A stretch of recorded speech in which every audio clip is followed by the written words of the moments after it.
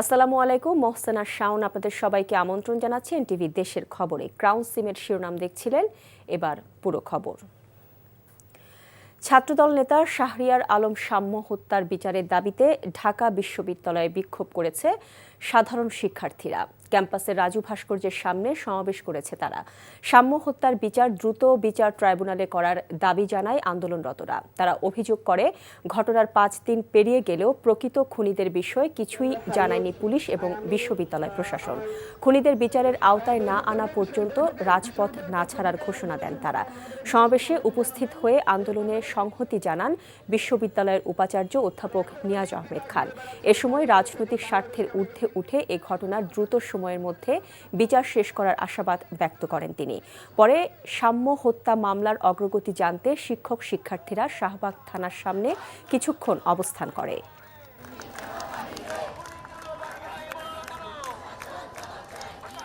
আমার ভাইয়ের মৃত্যুকে কেন্দ্র করে কোনো নিরপরাধ ব্যক্তি যেন ফেসে না যায়।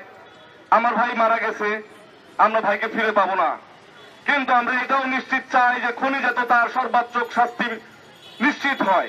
ঢাকা বিশ্ববিদ্যালয়কে আমরা একটা রোড ম্যাপ দেখতে চাই, যেভাবে করে এটা নিরাপদ একটা, যেন আমাদের শিক্ষক শিক্ষার্থী সবার জন্য নিরাপদ হয়। সাময়িক বাংলাদেশের প্রতিনিধি, সাম্যর বিচার যদি না হয়, শুধু আপনারা আমরা হারবো না, পুরো বাংলাদেশ হেরে যাবে। আমরা চাই যে এই বিষয়টি রাজনৈতিক দলাদলির ঊর্ধ্বে উঠে সবাইকে সাথে নিয়ে এই মর্মন্তুদ হত্যাকাণ্ডের বিচার দ্রুততম সময়ে করতে, এবং এই ব্যাপারে আমাদের তরফ থেকে যা করণীয় আমরা করব, চেষ্টা করছি পুলিশের সাথে সর্বত্র সহযোগিতা করতে।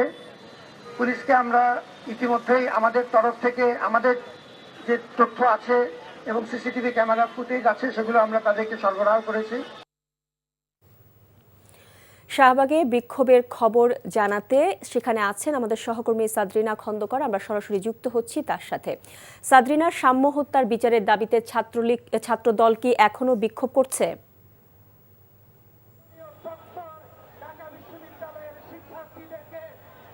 আমি এই মুহূর্তে আছি শাহবাগ মোড়ে। ঢাকা বিশ্ববিদ্যালয়ের শিক্ষার্থী সাম্য হত্যাকাণ্ডের বিচার দাবিতে ছাত্রদল কিন্তু দুপুর 3টা থেকেই কিন্তু তারা এখানে এই শাহবাগের মোড়ে এসেছে এবং তার হত্যার বিচারের দাবিতে তারা এই শাহবাগের মোড়ের প্রান্তরটা অবরোধ করেছে। কিন্তু পুরোটা অবরোধ করলেও এই কিছু রাস্তা চলাচলের জন্য রেখেছে, শুধুমাত্র অ্যাম্বুলেন্স চলাচলের জন্য। অন্যান্য মানুষদের চলাচল এমনি করছে। এই পুরো রাস্তা কিন্তু তারা অবরোধ করেছে।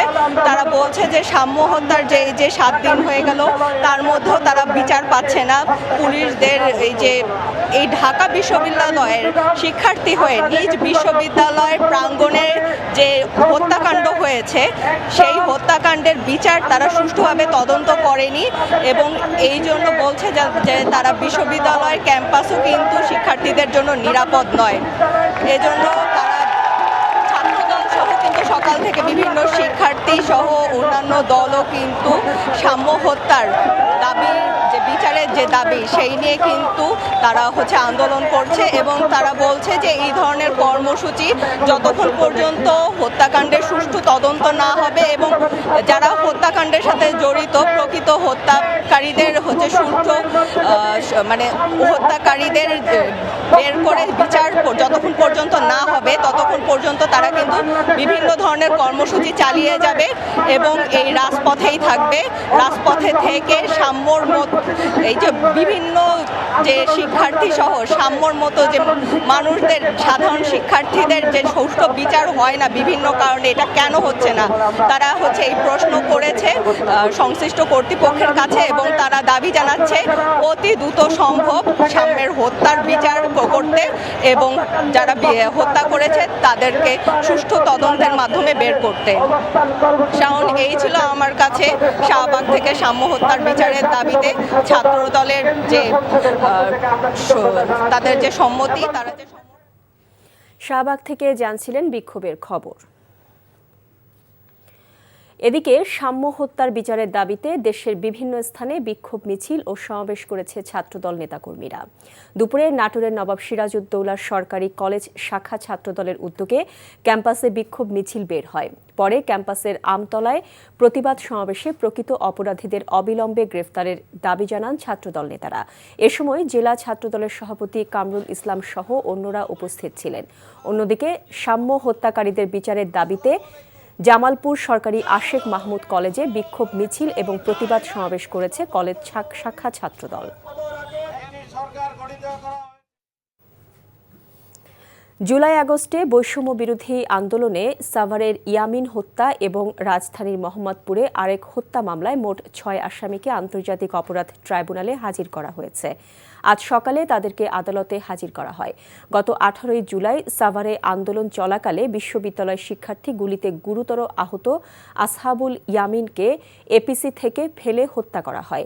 আলোচিত ওই মামলায় আইন শৃঙ্খলা রক্ষাকারী বাহিনীর ৪ সদস্যকে ট্রাইব্যুনালে হাজির করা হয়।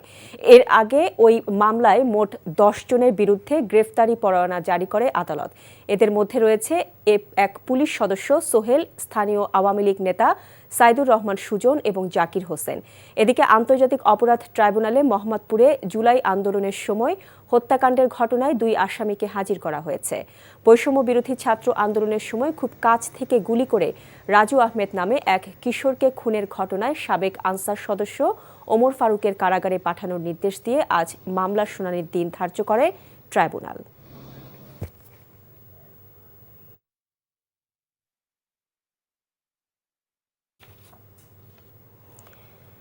দুর্নীতি দমন কমিশনের চেয়ারম্যান ডক্টর মোহাম্মদ আব্দুল মোমেন বলেছেন, সাবেক প্রধানমন্ত্রী শেখ হাসিনা নির্বাচনের সময় সম্পদ বিবরণী সহ বিভিন্ন সময় সম্পদের পরিমাণ গোপন করেছেন। তিনি বলেন, শেখ হাসিনা এবং তার পরিবারের অনেক সদস্যের বিরুদ্ধে ইতিমধ্যে মামলা করা হয়েছে। আরও কয়েকটি মামলা অনুসন্ধানে রয়েছে।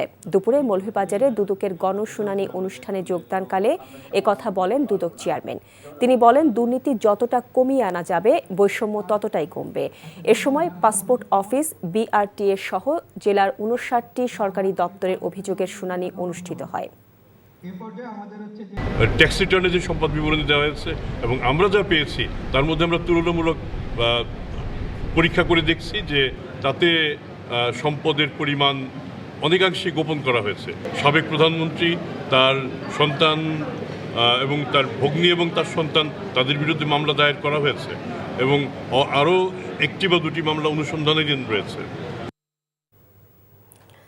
খুলনা প্রকৌশল ও প্রযুক্তি বিশ্ববিদ্যালয়ের সংঘর্ষ এবং শিক্ষক লাঞ্ছিতের ঘটনায় দোষীদের বিচার কার্যক্রম আগামীকাল দুপুরের মধ্যে শেষ না হলে একাডেমিক কার্যক্রমের পাশাপাশি সব ধরনের প্রশাসনিক কার্যক্রম বন্ধের ঘোষণা দিয়েছে শিক্ষক সমিতি।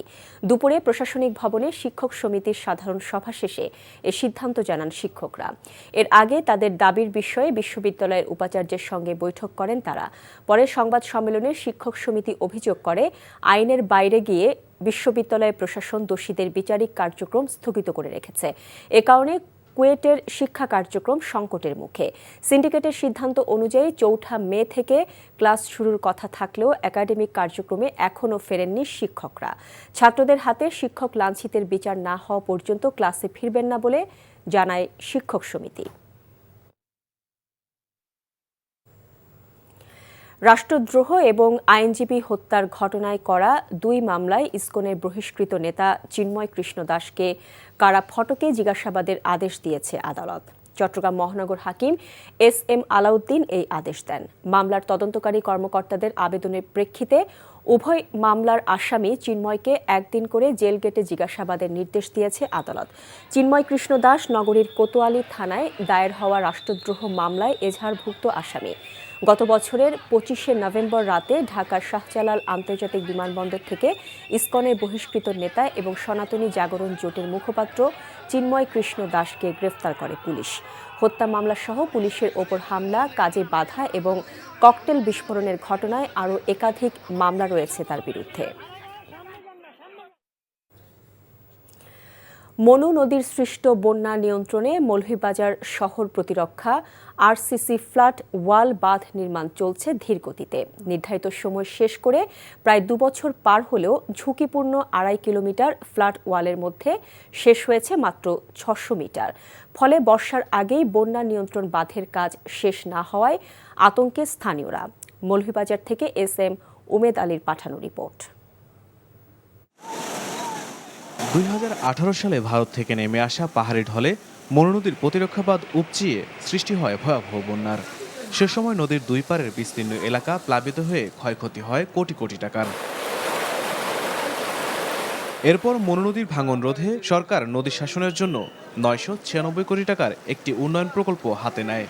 প্রকল্পের অধীনে 2021 সালের এপ্রিলে 72টি প্যাকেজের মাধ্যমে কাজ শুরু হয়। সেই প্রকল্পের কাজ 2023 সালের জুনে শেষ হওয়ার কথা থাকলেও কয়েক দফায় মেয়াদ বাড়িয়ে 2026-এর জুন পর্যন্ত করা হয়। তবে এরই মধ্যে 2024 সালে উজানের ঢলে আবারও ভয়াবহ বন্যা দেখা দেয় পুরো জেলা জুড়ে। একবারে রোড বন্ধ আছিল, আমরা কেউ ব্যবসা করতে পারছি না। বান্ধের উপরে 2টা করে বসাতে হয়েছিল, কিন্তু তারপরে বন্যা হয়েছে, এভাবেই রয়েছে। এদিকে বাঁধের কাজ দ্রুত শেষ না হওয়ায় চিন্তার ভাঁজ নদী তীরের বাসিন্দাদের। পানিতে ঝুঁকিপূর্ণ আমরা বাঁচলাম না, কিন্তু ওয়ালটা হইতেছে না, খেনে আমরা জানি না। প্রতি বছরে আমাদের দোকানপাট বন্ধ থাকে, রাস্তাঘাট বন্ধ থাকে, রিক্স হয়ে যায়, এর বাদ দিয়ে কোনো সব ভাঙ্গা পড়তে পারে। নদীর পানি উঠে এদিকে বালু মাটি যাইতে সময় লাগতো না, বান ভাঙ্গিয়া। মনু নদীর ভাঙন রোধে বাঁধ পুনর্নির্মাণ আরসিসি ফ্লাড ওয়াল নির্মাণ কাজ চলছে। তবে ভূমি অধিগ্রহণ সহ নানা জটিলতায় প্রকল্পটি বাস্তবায়ন এখন চ্যালেঞ্জ হয়ে দাঁড়িয়েছে বলে জানান এই কর্মকর্তা।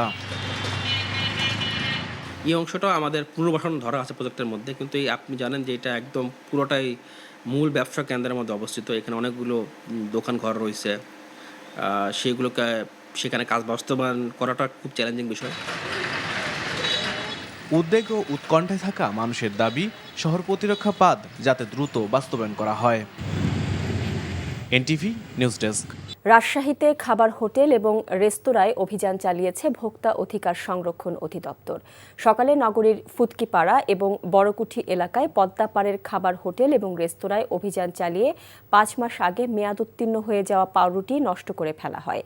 এ সময় প্রথমবারের মতো সতর্ক করে দেয়া 2টি রেস্তোরাঁকে আর্থিক জরিমানা করা হয়। অভিযানে নেতৃত্ব দেন ভোক্তা সংরক্ষণ অধিদপ্তরের রাজশাহী বিভাগীয় কার্যালয়ের উপপরিচালক মোহাম্মদ ইব্রাহিম হোসেন।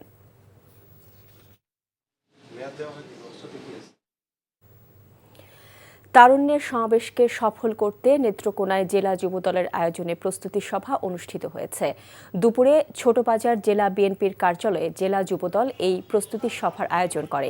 জেলা 10 উপজেলা এবং 5টি পৌরসভার যুবদল ইউনিটের সভাপতি এবং সাধারণ সম্পাদক সহ স্থানীয় যুবদলের নেতাকর্মীদের উপস্থিতিতে এ সময় বক্তব্য রাখেন সমন্বয়ক ও জেলা যুবদলের সাবেক সিনিয়র সহসভাপতি আব্দুল্লাহ আল মামুন খান রনি।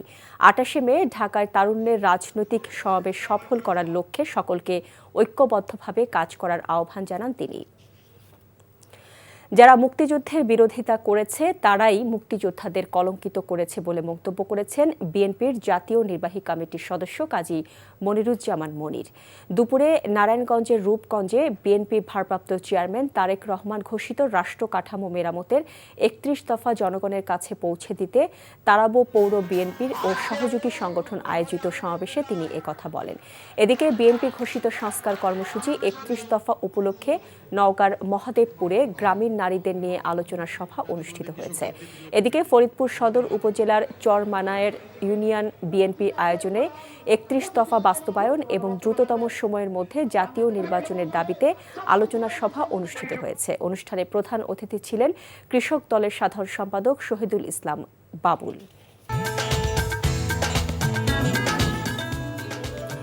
এই ছিল দেশের খবরে। এই খবরের ভিডিও সহ আপডেট জানতে ভিজিট করুন এনটিভি অনলাইন www.ntvbd.com। এছাড়াও এনটিভি জনপ্রিয় সব অনুষ্ঠান ও খবরের আপডেট জানতে ভিজিট করুন আমাদের ইউটিউব ও ভেরিফাইড ফেসবুক পেজ।